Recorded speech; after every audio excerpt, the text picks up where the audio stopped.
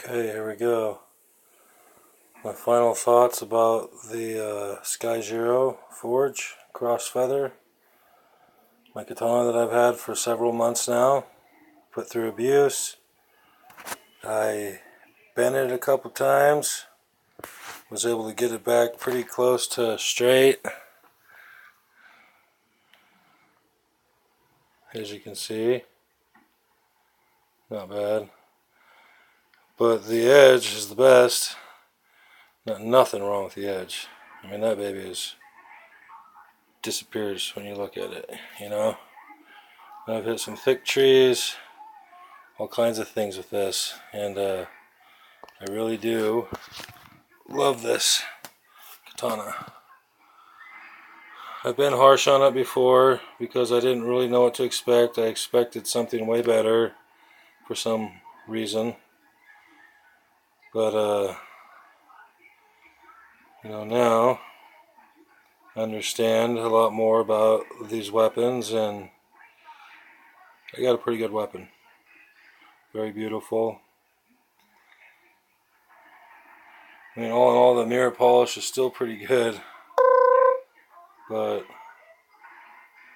you know, from the use I put on it, it's a little rough. There's a tip.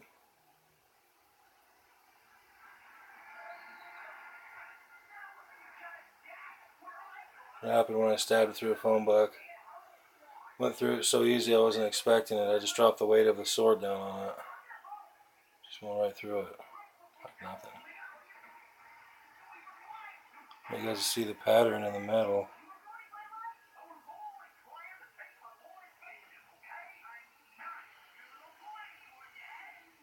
Dang, tablet keeps autofocus. Just needs to focus and stay there.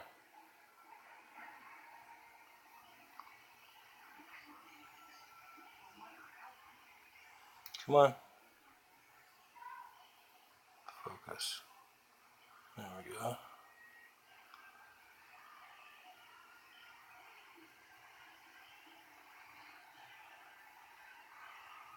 Yeah, she's beautiful. And I have to say, SkyJiro did a good job. I do love this weapon. I wish I could have talked to him a little beforehand to know what I was getting, so I could have told him to put more money into just the blade instead of the handle wrapping. I was told I paid like $200 and something just for the wrapping, and you know, the sword was not much more than that. You know, it was, well, I mean, it was $300 more, but still, $200 wrapping. I'd rather that go into my steel for a couple more layers, maybe, you know. Or whatever. This right here, that's my bag I use. It's some type of a police bag for something. But I used to keep my pool stick in it. But when I first got it, I was like, man, when I get a sword, I'm going to use this for it. As a joke. But to tell you the truth, it's perfect for my katana. Carries it perfectly. But SkyJiro did a good job. It's pretty well made. I did receive it with my handle cracked right back here. Goes down about this far. It was like that. You can see they even tried to glue it. They tried putting glue, like when the handle's off, you can see inside them where they put glue to try to keep it from spreading. So that right there lets you know that, you know, I didn't do that. They did that, and I just feel like if the handle wrapping and everything was so expensive, then why wouldn't I get a handle that was nice without a crack in it? You know, because when I do hit things, it makes that clunk clunk sound. But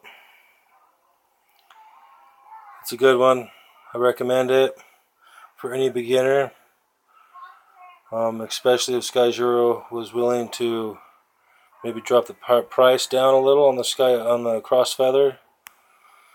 Just because beginners should have a decent sword like this without having to pay an arm and a leg, you know. Because I still get a ration of you know what from the old lady on how much I spent on this. When she finally found out, which was just a little while ago, but that's okay. She forgives me, thank God. That's why I love her. But my saya, I put that thick leather on the bottom, so that way it sticks to the carpet and it's not going to get bumped around, and it's very secure. I soaked it in hot water, pounded it out, curved it to where it would fit the bottom of the saya. As you can see, it fits there on there like a glove.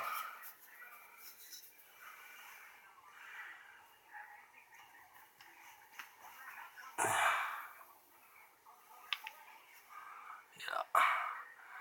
Then I wrap this with some white yarn up here, just because it doesn't slide in my hands. I get a better grip on it. When my hands get sweaty, that's a good way to get the sweat off.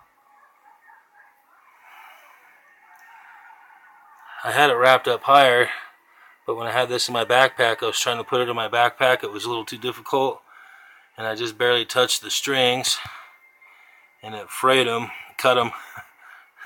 So, yeah. Anyways, it's a decent saya. My next sword I want to get is probably there's a ninja sword I want from Ryan's katanas. I mean from Ryan's swords. And but that's where I'm going to go, is from Ryan's swords for my next one. It's going to be a ninja sword,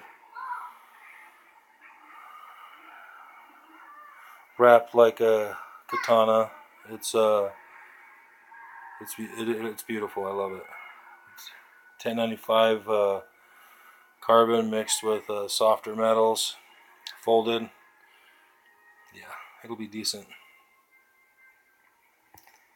But besides that, this baby is going to be the one that goes with me everywhere. I know what she can do now. I'm not afraid to use her. I'm respectfully comfortable with it. And yeah, I'd have to say that's about it on my final review. It's been good. It's held up. The integrity of the edge held the whole time. I haven't had one neck or anything besides the very tip when I stabbed it into concrete through the phone book, which I didn't mean to, but it happened. What can I say? I didn't expect it to just drop right through a phone book. But I was able to fix it pretty close anyways. Let's see if you guys can see it or not. Let's see, where you at? There you are.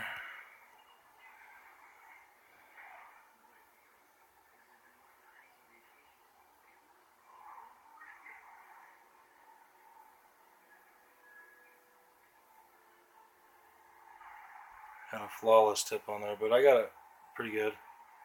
Pretty smoothed out. Turned out good. I did get a little rust on my blade. Not happy about that. Oh yeah, and there was rust all over my handle too. And when I talked to SkyJiro Forge across the seas, he told me that that was fine, that that's how old they tell the swords were. But I was under the impression that my sword was made just recently because of the length and the type of it. Because I needed a 30-inch blade with no bohea. And they didn't have any in stock, I thought. But I guess I was wrong. But on the website it said 70% carbon. So I'm assuming that means 1070 carbon steel. That's what it's made with. I mean, the edge is held up. It's wonderful. Anyways, I appreciate it. Thanks, you guys. And I would definitely go to SkyJiro's website and check them out. Maybe you'll find something that'll fit your needs. But for now, my next website I'm heading to is Ryan's Swords. Alright, peace out.